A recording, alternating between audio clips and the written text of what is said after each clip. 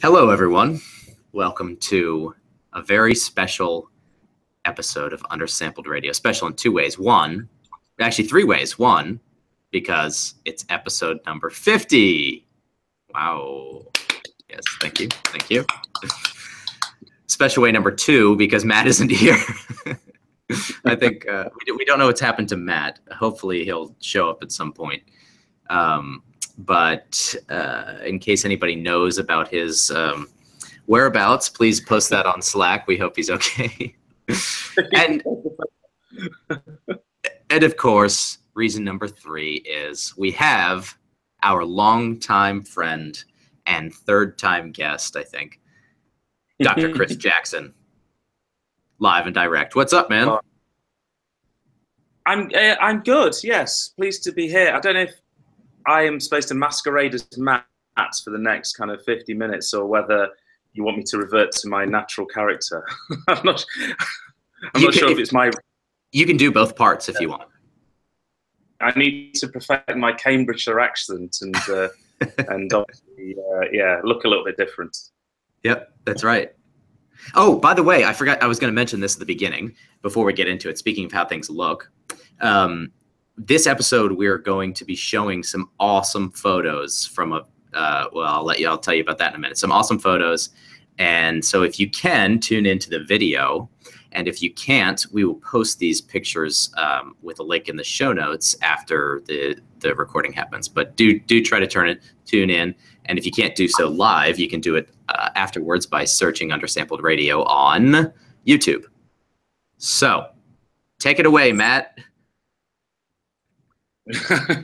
Well, of course, what I need to say now, I'm not even sure if Matt talks like that. It's just, it's a problem if you're from the UK.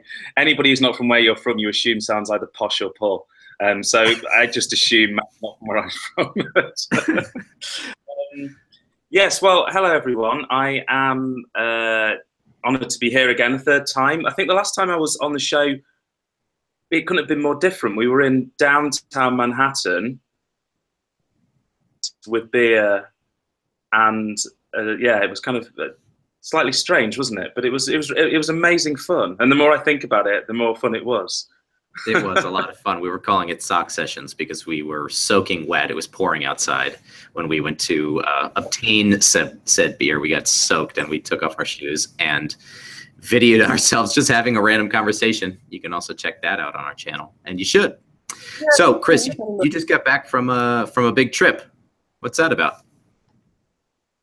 Yeah, so I was down in the Democratic Republic of Congo, right in the easternmost part at the border with Rwanda, in a city called Goma. So I was been there for 3 weeks with a BBC film crew. So we were recording a two-part documentary science series, which will probably air early next year. Yeah, it was amazing. It was, I think this, along with maybe some of that lecture tour, which I wrote about in my blog post, the GSA thing, is probably one of the, professionally and personally, one of the most enriching, without sounding really wanky and soft, you know, it was one of the most enriching sort of experiences of my life. It was just amazing to go down there anyway, to see what we saw. Yeah. But also in terms of learning something new, it was very chastening to realize that when you step into doing something new, in this case, trying to present a TV show, yeah, how hard it is. I guess you have a newfound respect for people who do things which you might, from the outside looking in, think look quite straightforward, but it's not. Did you get any training? Did the BBC give you any TV training? They did. Hold on, I can see a Matt Hall on my screen. He's on mute right now. I don't know if he can hear us, but we are live at the moment, Matt. And we are glad to have you here. Can we hear you yet? No. Yes, we can hear you. Yes. You can? Yes. Yeah, I can hear you too. Hello, Matt. How are you? I'm a bit flustered, actually. Thanks for asking. Yeah. I don't know. Are you okay? I guess. Yeah. Okay. Yeah. Sure. Good. I was totally engrossed in a getting a manuscript ready. We just put the call out on Software Underground to make sure if you were okay. If anyone knew of your whereabouts, please. I'm so sorry. So we sent an Amber Alert out. Your photo and your blood type. All right. No, he's okay, everyone. It's okay. Crisis averted. I'm so sorry. So let me just give you a little summary. So far, we've introduced Chris Jackson again back to the show, and we've actually had Chris doing your part as well. So he's been performing Matt and Chris, and doing admirably. So okay. So you've already done the conference. Very erudite, wise, and worldly, Matt. Thanks. All right. Well, I'll see you guys next time. If everything's under control. Chris was just telling us about his experience with BBC. He was not previously a TV guy, and now he's a big star. So, Chris, did they give you any training, any tips about how to be on TV?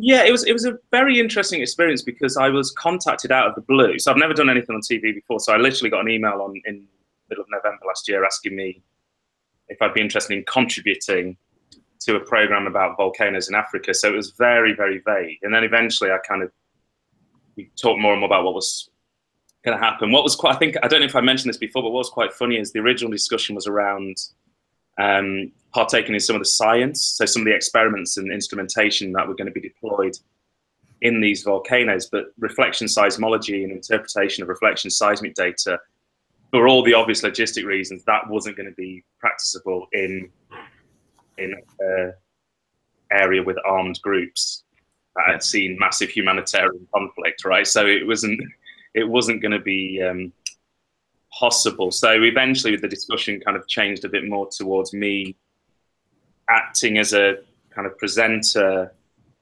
but trying to translate some of the science that was being done by the real scientist, I'll say. So people have been teasing me, in this, I'm not a scientist. I am kind of an interested done. So it was kind of nice in that respect because I'd learned a huge amount by just interacting with the groups from Belgium and from the US, and from the local observatory. But yeah, getting into it was kind of strange, and then training. But yeah, they kind of tell you about I don't know how to talk and how to look at the camera or not look at the camera and things. So there's some practical things in there, but it's. I don't know what you think, but a lot of science documentaries, you don't want it to be too scripted. They actually want a very conversational style of presentation. So, and the BBC were going for that with this, as they do with a lot of their programs. But I don't know what you think about how scripted you think things should be. I think there's been a change in the past 10 years in documentary presentation style. And David Attenborough aside, it's a lot of fun and maybe I've just got nerdier, but I think it's a lot of fun to watch science documentaries now because they aren't scripted, as you say. I mean, it's not just technical jargon and specifications. It's a conversation, and it's the passion of the presenters comes across in that conversational way. Yeah. I mean, you don't want to kind of, dumb down the science too far so that people could sort of get it from like a Christmas cracker, really. You need to kind of give them enough that there's something interesting in there. But like I say, it was an incredibly kind of chastening / rewarding experience, because you learn that when you're trying to talk to people about what you do, not just how you do it with your enthusiasm for it, but actually the words you use, the way you construct things is really, really important as well. So just for a general SciComm point of view, although this was a total baptism of fire for me to do it in front of two huge cameras with a director in the middle of a volcano in Congo. I could have probably chosen an easier route. Yeah, I don't watch a lot of science documentaries, but there seems to be a trend, at least in North American sort of made-for-TV documentaries where, and maybe this has died down again, but the sort of Discovery Channel, like, you know, the deadliest spider and the kind of this is 1 billion degrees and all that kind of superlatives everywhere. I can't stand that. So, and my perception is that the BBC hasn't gone down that road. It's much more sort of, you know, it's not quite Open University, and it's maybe not Life on Earth in the 1980s, but there's something in between that's accessible, entertaining, because fundamentally it's got to be entertaining, and you know, but factually reasonable and kind of grounded. Yeah, I mean, I can't say too much about all the details, and partly because a load of the stuff we did probably won't make the cut. But definitely that, you know, the word is jeopardy, right? So this idea that, you know, everything is just about to fall apart, and you know, it's all very kind of big graphics. So, you know, I can say there's no graphics in this. There's no like whiz bang special effects with, you know, there's not going to be any of that. And that is something which has gone through a lot of science documentaries. Right. So, you know, the not do that, you know, and all the danger, you know, volcanoes, as soon as you say volcanoes, people, everybody assumes you're going to be in a silver suit with a ladle, spooning a bit of zero-age lava.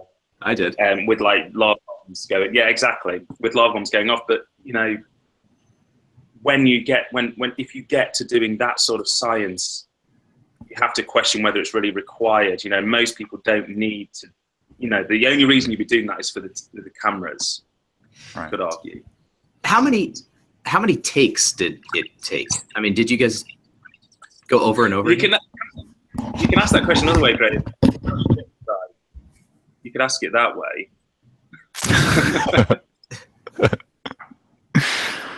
And go on, then, answer that question. So I don't know. I don't know what the kind of ratio is, but, you know, this is going to be 2-hour-long programs, and we probably recorded, you know, anything between 60 and 100 hours of film. Right. Yeah. Wow. That's not simply due to takes. That's just because you're recording things, I guess, which might not make the cut. So things that are in the kind of story of the program but might not eventually make it. But there were some things where we did it, you know, and you do it in a kind of one take. But more commonly, it's probably, you know, 4 or 5 takes, because you start talking and then you stop and then you lose your thread, or you do one take and then they, you know, there's, oh, but we need you forgot this word, or you use this word which wasn't really that, you know, really that accessible to the audience and things. So could you try a different word? So there was lots of, you know, they care a lot about how it's put together, but there's always that balance between scientifically what we, or what I wanted to the viewer to know, and what was plain dull, and actually, you know, they needed something to progress the story. So there's always that tension, but you can discuss it and debate it with the group. So it was a really good experience. Yeah, cool. And is there further sort of voiceover stuff to do or anything like that, or is it basically done now as far as you're concerned? There's a, you know, they'll put on a comms track, so they'll basically have somebody who's linking things, going, Matt turned up late to the Undersampled radio broadcasting, Graham and Chris, you know, there'll be something like that, right, which links different bits. But I'm not, that's somebody famous who's actually famous who do that. Someone who's already famous, you mean? That's not someone who's going to be famous. A like proto-famous person. So incipiently famous. Yeah. Give us a no. I mean, give us a chronological the overview of what you did in order of how the trip went. Yeah, and also I mean, in brief, we flew down to. Yeah, sorry, I was just going to say, you mentioned there was like 200 tons of equipment or something. Maybe I'm misremembering, but it sounded phenomenal. So I'm quite interested in like how that all played out too.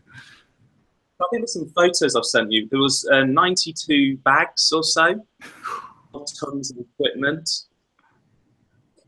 That's mental. So yeah, I mean, it is a full on. It is an expedition. I mean, it's like full on, you know, big ass 120 litre birdhouse duffel bags packed with, you know, gear. There's big cameras, there's Peli cases with super expensive, tens of thousands of pounds worth cameras, mixed sound mixing. You know, there's 15, 16 human beings going down to make this. So it's a big, really big logistical effort to put something like this together. And that's the sort of thing that probably doesn't come across when you watch something that's been nicely cut and edited and the music's playing and, you know, there's all the titles running. But the effort of the people to make it happen is really impressive. So we flew from London down to Kigali in Rwanda.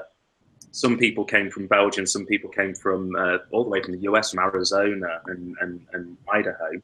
Wow. And then we went across, got settled in Goma in the city, and then we did the big hike up to Nyiragongo, the first volcano we stayed at the summit of. Couple of nights there, bad weather, a few issues, we couldn't go down the day we planned to, but then we abseiled into the crater and camped there for 3 nights in the crater. You know, and kind of then came back out and things, and so that was a big part of what we did, was being down in the crater. Yeah. And then we came out and did a number of smaller pieces around Goma to kind of put the volcano in context of the people and the kind of broader geodynamic landscape, the overall volcanic landscape. So it was, yeah, it was just, yeah, hugely impressive and very, very, very tiring. Yeah. You know, every day up at 5:30 doing something for the first time, getting back at 7, 6 o'clock at night. It's just, really hard work, but amazing fun. We did a big UN helicopter flight as well, up to another volcano called Naimulagira, which we tweeted some pictures of from a group of us. That was just incredible, flying with the UN pilots. You know, okay, you know, I think, you know, you think about it, right? You say to somebody you get to go on a helicopter, that's exciting. You say to somebody they get to go on a UN helicopter, that's even more exciting. You then say you get to go on a UN helicopter and land in the crater of a volcano. You would be at that point saying, you make this up. And then, you know, we're going to take off and we're going to do some tactical maneuvers and we're going to see giant hippos while we're flying back. Awesome. Yeah, pretty cool. You know, it's, yeah, I mean, you're just honored to sort of live through those experiences. Yeah, it was, and that's why, you know, I can't wait for people to see it, and we were sharing pictures because it's just a really kind of amazing experience you can have, and it was important as well what we were trying to do with instrumentation on the volcano and talking to the people in Goma, you know, about their experiences there. So what were the scientific experiments going on? There's a number of things, you know. There was basically like some gas analysis of gases coming out of the volcano. There was seismology, looking at you know, basically looking at earthquake events associated with the behavior of the volcanoes. There's also infrasound as well, trying to use different techniques to monitor the behavior of volcanoes. And so, you know, deploying that and working with the scientists, because there's permanent installations there already from the Goma Volcanic Observatory and from a team of Belgian scientists who work closely with them. And then there was some instrumentation going in whilst we were on site as well. So again, you know, I can't say too much about it, but yeah, there was basically a bunch of stuff going on in the crater and around it to try and better understand the volcanic behavior. And I learned a huge amount because I didn't know anything about mantle geochemistry. I know nothing about infrasound. I know nothing about teleseismic, you know, sort of analysis of volcanoes. So it was hopefully some of that will come across truthfully, that I was sort of learning things as I was talking to the scientists and as I'm trying to talk to the, you know, the audience. Hopefully that will be genuine. And what is the level of sort of existential threat to the communities around there? Like, have there been catastrophic events in the sort of recent memory? Or yeah, so the most famous one was the 2002 eruption of Nyiragongo mainly on its southern flank. It ruptured on its flank, so not from the summit but from the flank. And a lava flow went from I think it was like 30 kilometers in 12 hours. Oh, wow. Speeds recorded of up to, I think, 40 miles an hour. Very, very low viscosity. And some of the world's lowest silica content lavas come out of Niragongo, so they're super fast. Right. It went straight through the middle of the city, went across the runway of the airport, and entered into Lake Kivu, the lake which is at the south side of the city. So, you know, and I think there was several tens of thousands of people displaced in 2002 because they fled back across the border into Rwanda, bearing in mind what had happened in Rwanda, you know, a decade before. Mm-hmm. So you have this kind of human flux due to civil conflict, and then you have a flux back due to, you know, nature. You know, when a volcano erupts, so people are saving stuff. They're trying to leave and trying to look after themselves and their families and their livelihoods. So it's amazing place. And there's been lots published on that, and we went to the airport and we sort of saw bits of that. We walked on the 2002 flow. There's just so much going on in that place in terms of the geology and the people. It's incredible. How much time did you spend in town, and how much camping in a volcano?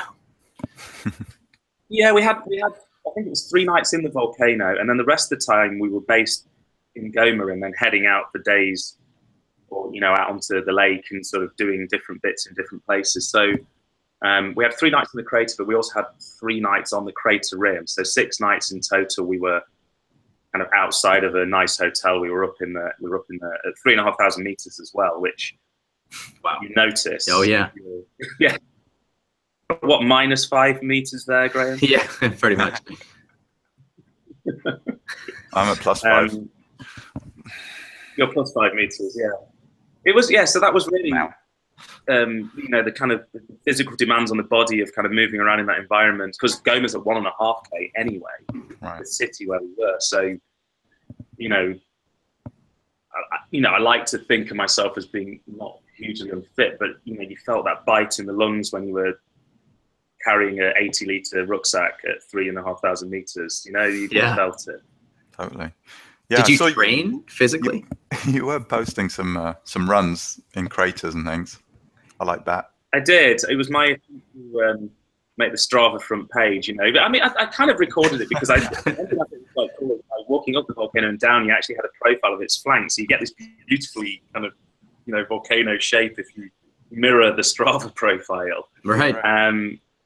And then we did a big abseil down and pull out of the crater as well. And then when I was in the crater, I could do like a half-a-mile run or so. So I just kind of did it for shits and giggles, really.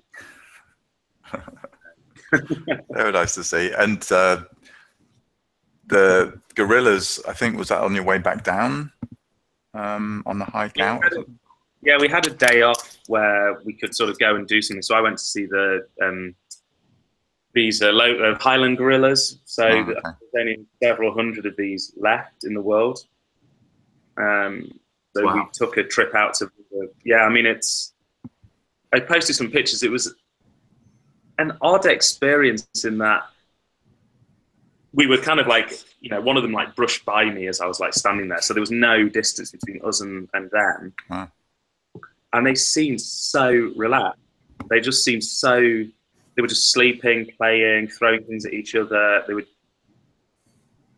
And it was like almost like an emotional experience to stand there, because in one way you were thinking, why don't they run away? Because you could have guns and you could kill them. And there has been incidences where, you know, gorillas have been killed because of disputes about what the land is being used for. Right. But on the flip side, you know, one of those, you know, silverbacks could have just stood up and popped your head off. Yeah. So there was this kind of really strange, beautiful standoff between you and the animal where you were, I don't know, you kind of have so much respect for them, and they're just like probably thinking, yeah, we could just mess you up if we wanted to, therefore we're not scared. I don't know.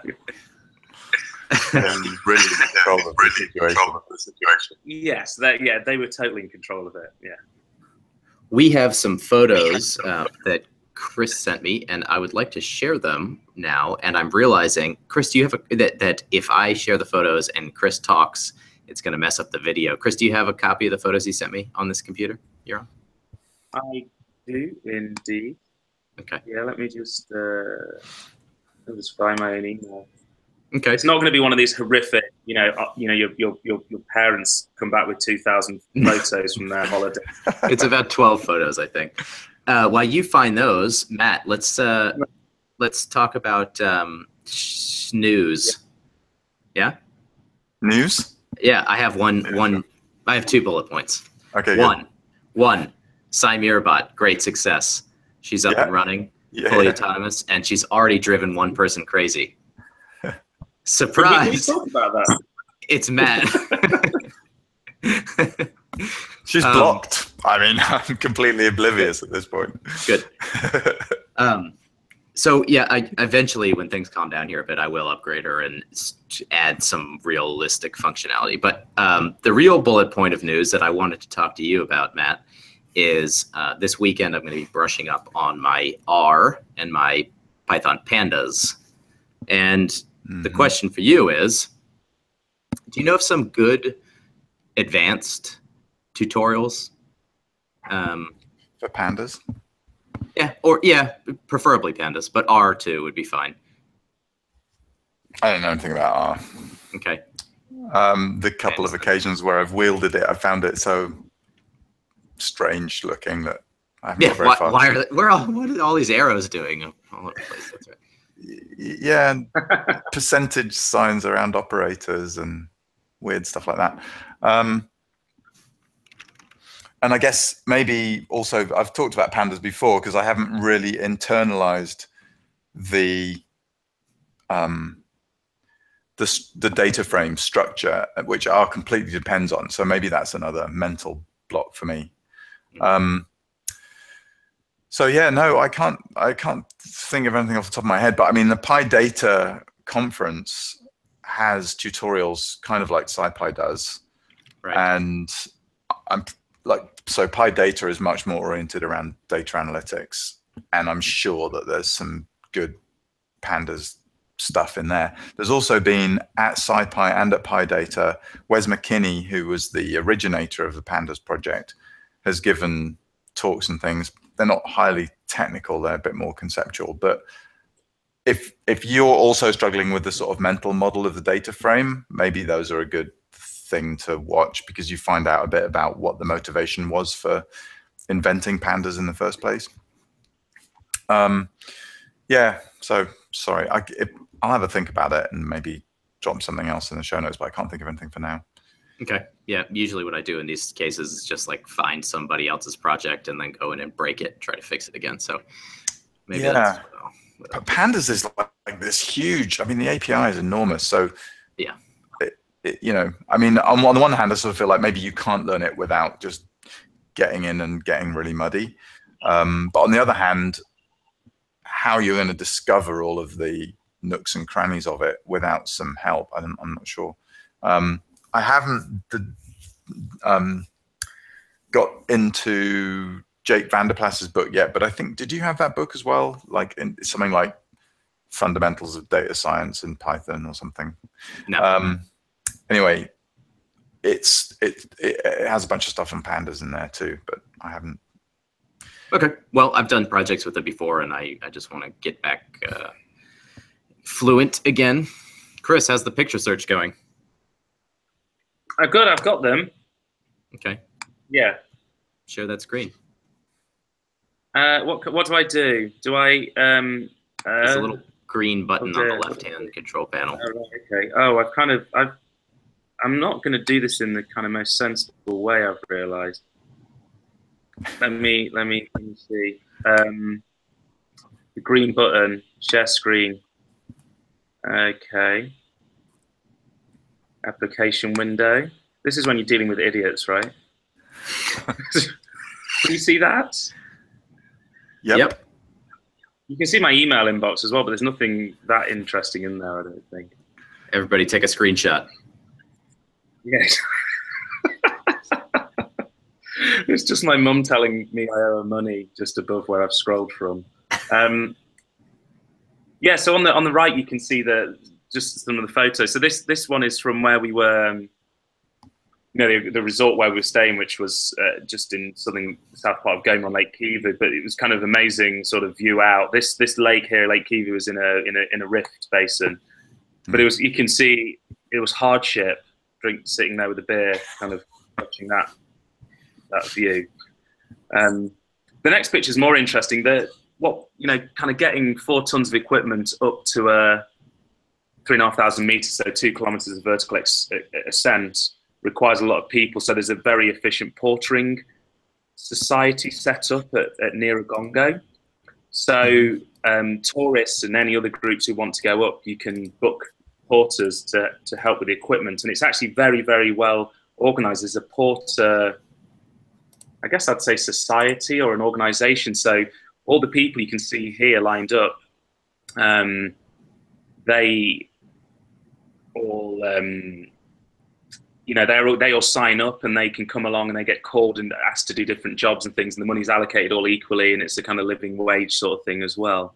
So this is us just kind of packing up, ready to go up.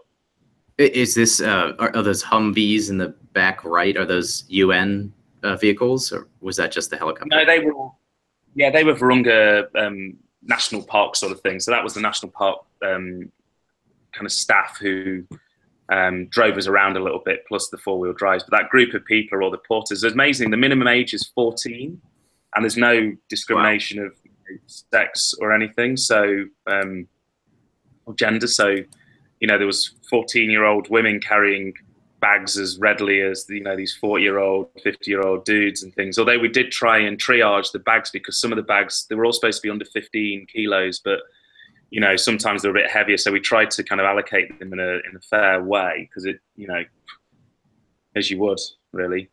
I don't think we were being sexist by doing that. It's just, why give somebody much smaller a much heavier bag? Did this group stay when you camped out? Did they stay up there with you? No. I mean, honestly, these people made it up and down the mountain in the time we got about halfway up. I mean, in jelly shoes and Wellington boots and slippers. I mean, it was frightening how fit and nimble these people were on that terrain compared to us in our 100-pound walking trousers and 200-pound walking boots. Yeah, it was. And they were carrying, people carrying loads of the bags on their heads. So he had like a big rucksack, and nobody wanted to wear it like a rucksack. They carried it on their head. So it was kind of, you felt a bit daft, really. Just go on to the next picture. I'll show a few more. There's some kind of sciencey ones, but this is us, kind of the contributors group who were involved. So this is on the way up the volcano. So it was nice to make friends and scientists kind of sharing stories about, how challenging it was trying to make things work for TV. But it's Jeff Johnson on the right, Zan Van Tulliken on the left, and then Kayla Yakovina, who was one of the petrologists in the centre there. So all with different backgrounds. Zan's been on TV quite a lot before. He's into basically like refugee medicine and humanitarian medicine and things. So that was good. Are these additional volcanoes in the background behind you guys? This is a smaller one called Shahiru. So this is a kind of parasitic cone on the side of Nyiragongo. I say parasitic, it still gets up to like 2,500 meters or something. Wow. So it's still a monster on the side of a bigger monster. So that's a big cone you can see in the background there. So that was just the landscape was just ridiculous. I don't know why I got it into my head, but when I saw that picture, I somehow saw the guy on the left with you in a kind of baby Bjorn kind of baby carrier. I don't know, and I can't get it out of my head. It's you know what? I wish it was, because the last kind of picture route. I don't think Zand was in a good state to carry me up the last bit, really. But what the blue pack I've got there, that's a kind of 75, 80 litre pack, and it was full, and it was probably about 17 or 18 kilos. So it had just compressed your spine. So I pretty much, yeah. Zandy's 8 foot tall. Taylor's 7'5". It was kind of hard work. Yeah. I can barely trying imagine. To carry all this stuff. If you skip 2 down, the next one's of me with that's Nyiragongo, the crater with the lava lake at the bottom, degassing. Crazy. Very cool. This is a photo. So that's cool. Yeah. Sorry for the people that are listening on the radio. This is a photo of Chris standing on the crater rim, and it's literally a pool of molten lava off gassing. Not even it seems like it's meters away. It's just is there what's the sound sort of scape like there, and the smell scape? So the amazing thing is the sound, if you turned your back on the lava lake, which is never a good thing to do, I guess, it sounds like a churning ocean. It's just a relentless like crashing and churning and bubbling noise. So that's the thing I can most readily compare it to. It's rock. Like that's the thing. It's so easy to forget, isn't it? It's like it's got the density, and it's rock. It is, but I mean, it's like a mush, isn't it? So it's got like, it's actually got a kind of a fluidity to it, because there's these big bubbles that explode when the gas comes up, and you get the crystalline and the mushy bits thrown up into the air. So there's that constant churn. So it's that lava lake is 400 meters in diameter. That's how big that is. That's a good question from my picture. But the whole crater's, I think it was like 1.5 km in diameter, and it's got multiple terraces. You can see the terrace, the light grey area just down to my right in that picture. That's where we camped. So directly next to the swirling, bubbling, popping lava. Not directly next to it. I got some static on Twitter about this from volcanologists saying, having somebody not without safety equipment, even remotely with the lava lake in the background, is bad professional practice, because it encourages the public to go and hang around lava lakes.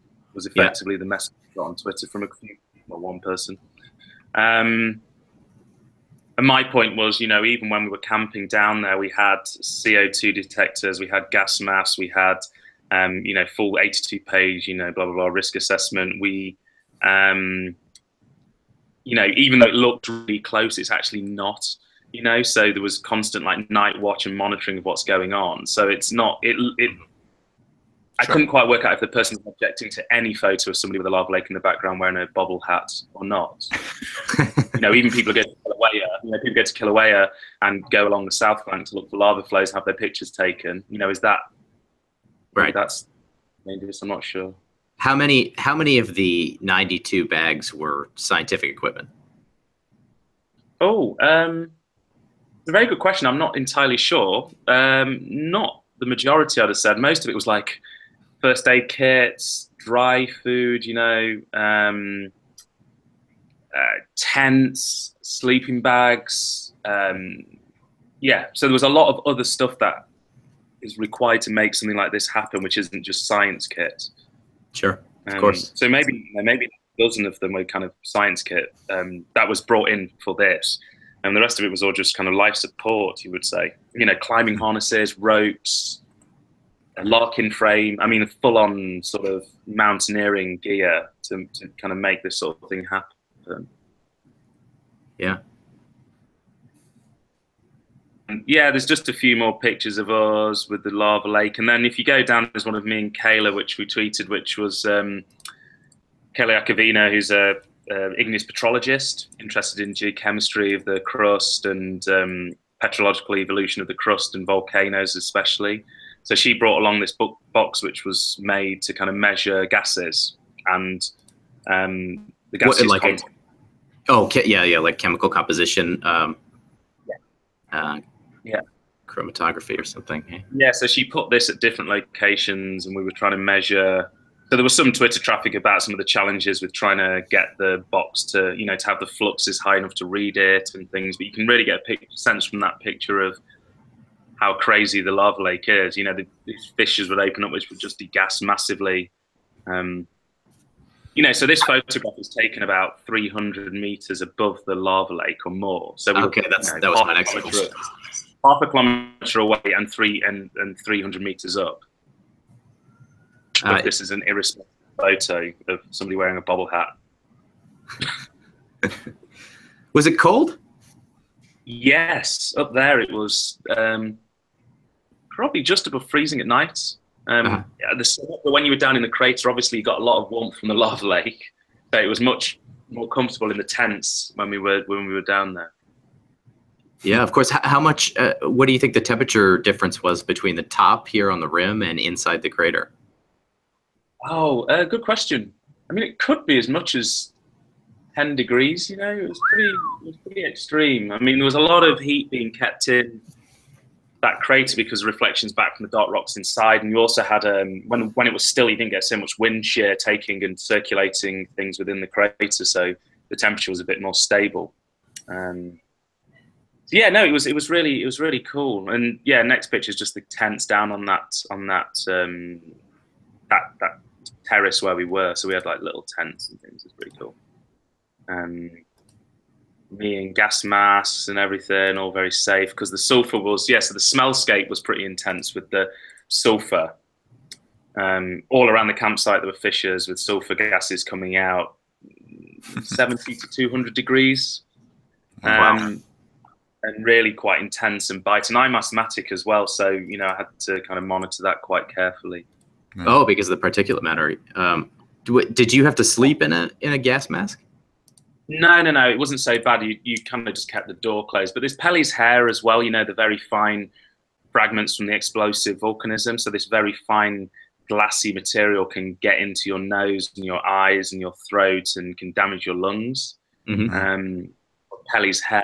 So there's that on top of the pure gases as well. Right. So, it's all taken very seriously because you're dealing with human beings and lives and things. So there was nothing left to chance, and there's very strict protocols for how you conducted yourself. What are the safety protocols for the Sherpa crew? They have less because they're under the employ of the national park. So you basically tell them to go slowly, look after themselves, hydrate and all this. But, those people are from those mountains. So it's hard or / not appropriate to tell. Well, you can sort of advise people, I think, and say this and that. But,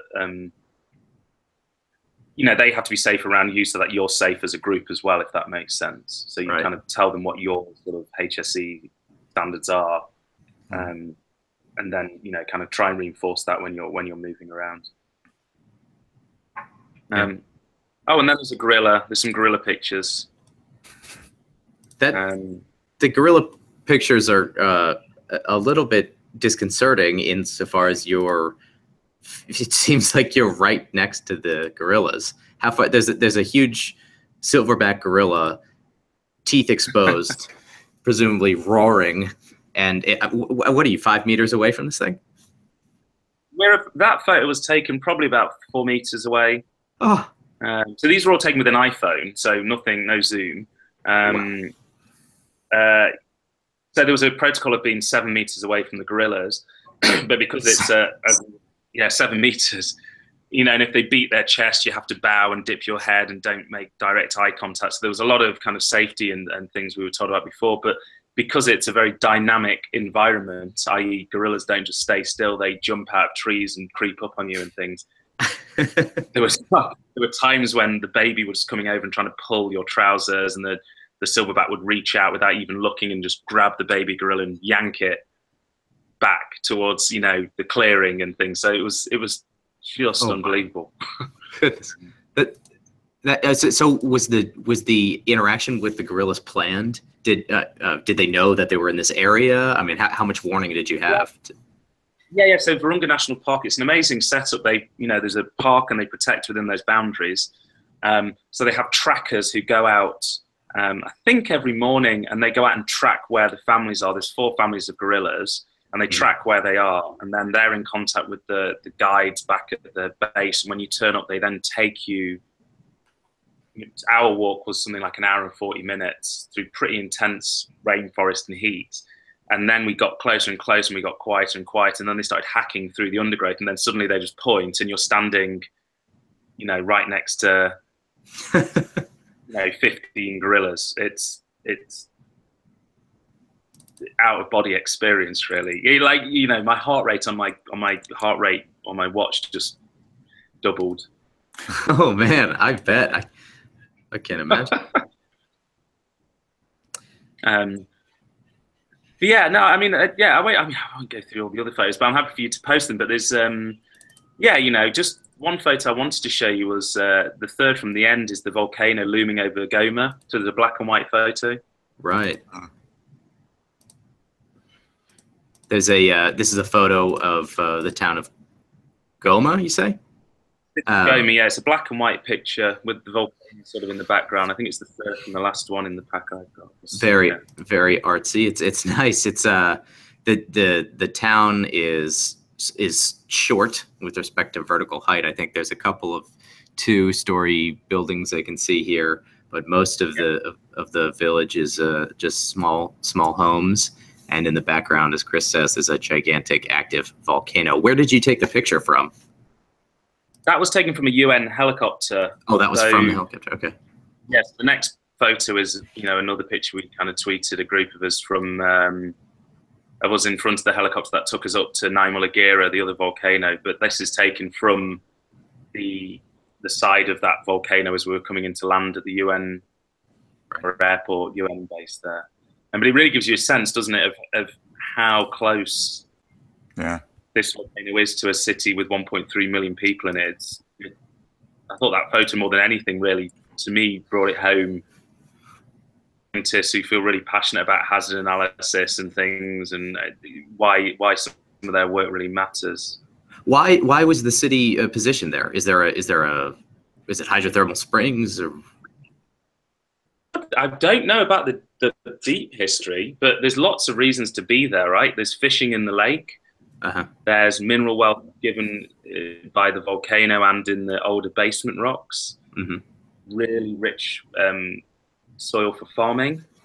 There's lots of reasons people live in places which otherwise you'd think are really dangerous. Like, why would you go there? But if you live in a place like that, you live there for the opportunities that are afforded to you, but you have to be aware of the, and Goma for me really wonderfully summed that up, that in the opportunity and the threat. Yes, indeed. There's one more picture that I wanted to ask you a question about, which is the picture of some man-made structure sticking out of the water, bubbling up, and there's what is this, a poison warning sign?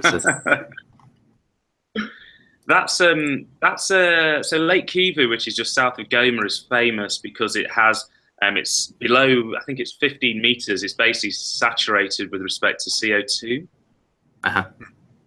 CO2 is being kept down is because of a salinity gradient. So there's a dense saline layer which is stopping the CO2 basically overturning and coming to the surface.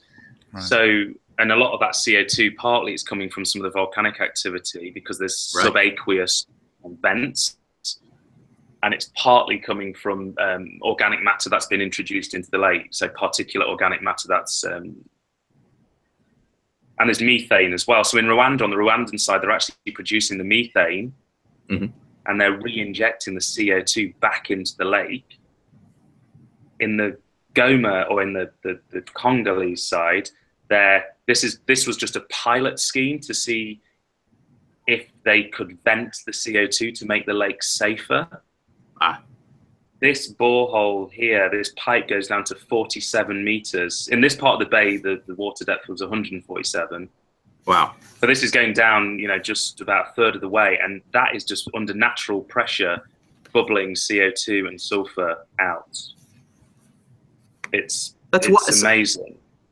I think I tweeted some links out about Lake Nyos in Cameroon, where there was a lake overturn event. CO2 came out and it killed, I think, over 1,000 people in a village. Wow. Handling and understanding the dynamism of that gas is in the lake. 1.3 million people, plus people in the surrounding areas, of course, as well, is a really important bit of the, understanding the hazard of this region. Yeah. Wow, interesting stuff. I'm excited to hear the rest of the story in the documentary. Yeah, me too. I mean, I hope it'd be great. I mean, I'm not because it's all coming out. We can't really stay.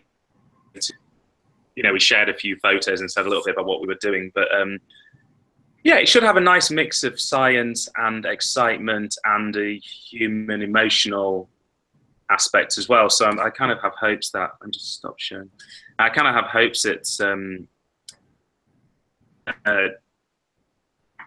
an interesting piece of telly. Yeah, I hope we have a way to watch it outside the UK. Right. Yes, as well. There's a PBS version. Oh, okay, awesome. In the US, but I don't know about Canada because you're in the sticks, aren't you? So basically, yeah.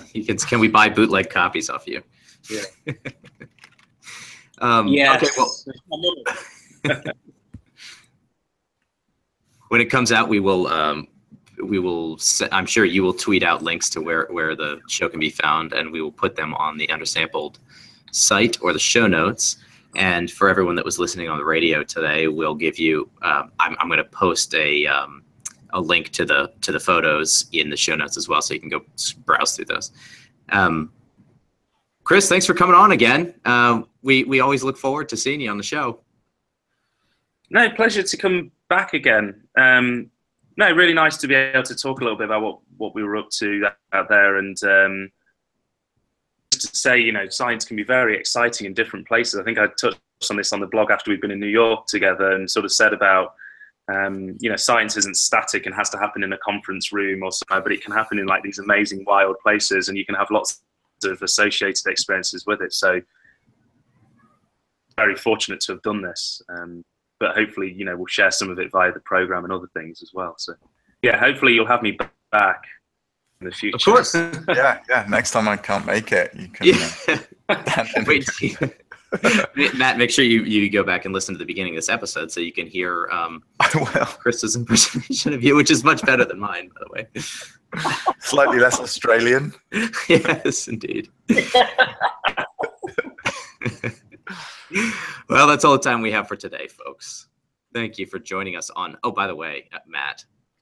Oh God! Now what? Yeah. This is Undersampled Radio episode 50. Oh. Not that you care, but sign us off. 50 episodes. That's pretty impressive. Thanks, Graham, for your hard work, your continued work on this show, and for tolerating my ineptitude / forgetfulness. Thanks a lot, Chris. Always good talking to you. Awesome to see you again. Nice talking to you too. Tune in next time. I'm on vacation for a couple of weeks, so I don't know when the next one is going to be, but maybe I can do one from somewhere exciting like Bryce Canyon National Park on my phone. I don't know. We'll see. Okay. Well, don't overcommit yourself, but that would be awesome. I wasn't going to mention the vacation, and actually I've been holding back our last episode from release so that I have these 2 episodes to release while you're gone. Sorry, you were trying to paper over the crack that I just... Well... Okay, fine. But anyway, so please that bit out. This episode won't come out for 2 weeks, by the way, because, it won't come out as a podcast for 2 weeks. So we still have one to release before this. So anyway, see you sometime. See you next time. Yes. Bye.